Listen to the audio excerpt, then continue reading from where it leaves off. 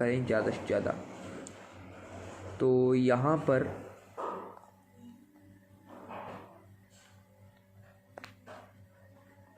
एक वचन हम पढ़ेंगे जो कि भजन संहिता 113।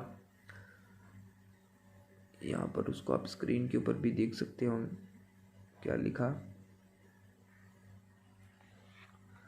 यहाँ की स्तुति करो, हे यहोवा के दासों स्तुति करो, यहोवा के नाम की स्तुति करो। यहोवा का नाम अब से लेकर सर्वदा तक धन्य कहा जाए। हालेलुया। उदयाचल से लेकर अस्ताचल तक यहोवा का नाम स्तुति की योग्य है। यहोवा सारी जातियों के ऊपर महान है और उसकी महिमा आकाश से भी ऊंची है। तो यहाँ पर हमें बताया जा रहा है कि जो हमारा परमेश्वर है वो महान है, वो दया की खान है, वो अति पवित्र परमेश्वर है और हमें उसकी महिमा स्तुति करनी चाहिए। और हम आगे पढ़ेंगे वो कितना ज़्यादा महान है। अस्ताचल से लेकर यानी सुबह से लेकर शाम तक जो परमेश्वर का नाम है वो स्तुति की योग्य है, वो महिमा के योग्य है, वो आदरणीय नाम है। यहोवा सारी जाति के ऊपर महान है और उसकी महिमा आकाश से भी ऊंची है। हमारे परमेश्वर यहोवा के तुल्य कौन है?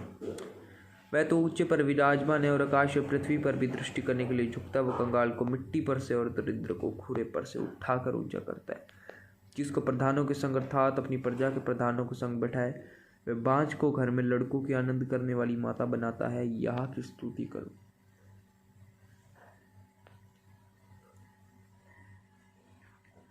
तो यहाँ पर हाँ, तो मेरे प्रियो यहाँ पर क्या लिखा है, जो हमारा परमेश्वर है वो महान, दया की खान और अति पवित्र और अद्भुत परमेश्वर है। उसके जैसा कोई नहीं है। मैं ऐसा क्यों बोल रहा हूँ? क्योंकि परमेश्वर का जो वचन है वहाँ पर ही लिखा है कि जो परमेश्वर है उसकी महिमा सुबह से लेकर शाम तक। हम सुबह से लेकर शाम तक काफ़ी काम करते हैं और हम काफ़ी ज़्यादा परमेश्वर को वैसे टाइम नहीं दे पाते। ये बात बिल्कुल सत्य है, क्योंकि जो हमें टाइम परमेश्वर को, जो रिस्पेक्ट हमें परमेश्वर को देना चाहिए वो हम कई बार नहीं दे पाते। जिससे क्या होता है कि परमेश्वर का जो आत्मा है वो कई बार हमारी ज़िंदगी में कार्य नहीं कर पाता जब हम परमेश्वर की महिमा नहीं करते, परमेश्वर को याद नहीं करते। तो हमें परमेश्वर की महिमा करनी चाहिए। और चलिए हम एक वर्शिप सॉन्ग को गाएंगे, जो कि गाना बहुत ही ज़्यादा ज़रूरी है। चलिए हम गाएंगे। महिमा तेरी गाएं हम, ऐ आसमां के खुदा, हालेलुया। महिमा तेरी गाएं हम, ऐ आसमानी खुदा, तेरी रूह से भर कर गाएंगे। ओ तेरी रूह से भर कर गाएंगे, कर रूह से हमें मामूर खुदा, महिमा तेरी गाएं हम, ऐ आसमानी खुदा, हालेलुया। महिमा तेरी गाएं हम, ऐ आसमानी खुदा, तेरी रूह से भर कर गाएंगे, तेरी रूह से भर कर गाएंगे, कर रूह से हमें मामूर खुदा, महिमा तेरी गाएं हम,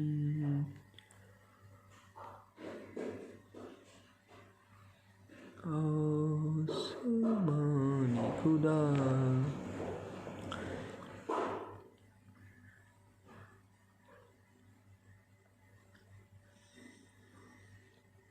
तो मेरे प्रियो, हम भजन संहिता 123 को भी पढ़ेंगे ज़रूर से ज़रूर, जो कि यहाँ पर देख सकते हैं आप, लिखा हुआ है। लिखा हे स्वर्ग में विराजमान, मैं अपनी आंखें तेरी ओर लगाता हूँ। देख जैसे दासों की आंखें अपने स्वामियों की हाथ की ओर, और जैसे दासियों की आंखें अपने स्वामिनी की हाथ की ओर लगी रहती है, वैसे ही हमारी आंखें हमारे परमेश्वर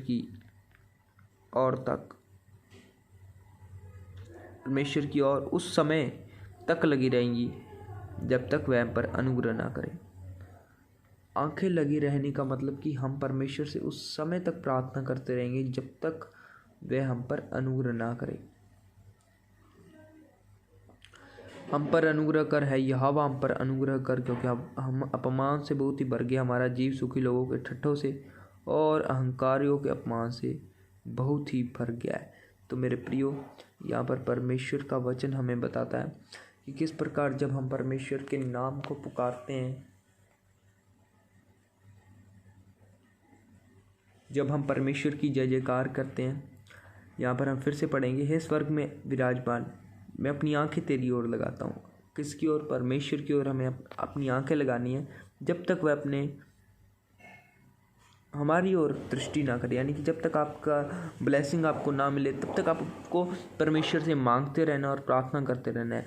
और यहाँ पर मैंने अभी जैसा कि बोला कि किस प्रकार परमेश्वर हमारी ज़िंदगी में काम करता है, यहाँ पर हम इसके आगे देखें क्या लिखा 128 के अंदर, क्या ही धन्य हर एक जो यहोवा का भय मानता है और उसके मार्गों पर चलता है, तो अपनी कमाई को निश्चय खाने पाएगा। तू धन्य होगा, तेरा भलाई होगा, तेरे घर के भीतर तेरी स्त्री फलवंतता लता सी होगी, तेरे मेज के चारों ओर तेरे बालक चल पाएंगे, पौधे से होंगे। सुन, जो पुरुष यहोवा का भय मानता हुआ ऐसी आशीष पाएगा। यहोवा तुझे सिय्योन से आशीष देवे, तू जीवन भर यरूशलेम का कुशल देखता रहे, वरना तू अपनी नाती पोतों को भी देखने पाए, इज़राइल को शांति मिले। क्या लिखा? इज़राइल को शांति मिले। परमेश्वर आपको इन वचनों के द्वारा शांति दे, ब्लेसिंग दे, बड़ी बरकत दे।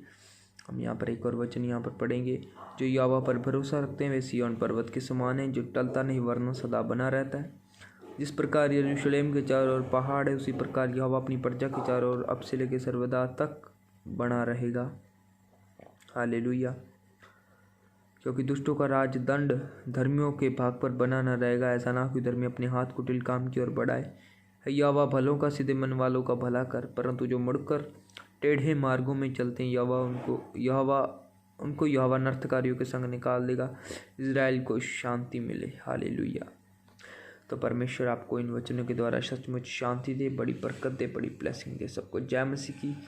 ऐसे ही हमारे इस चैनल को सपोर्ट करते रहिए। मैं आपको फिर से बताना चाहता हूँ, our YouTube channel name is my lovely 777 आपको 37 देखने को मिल जाएंगी।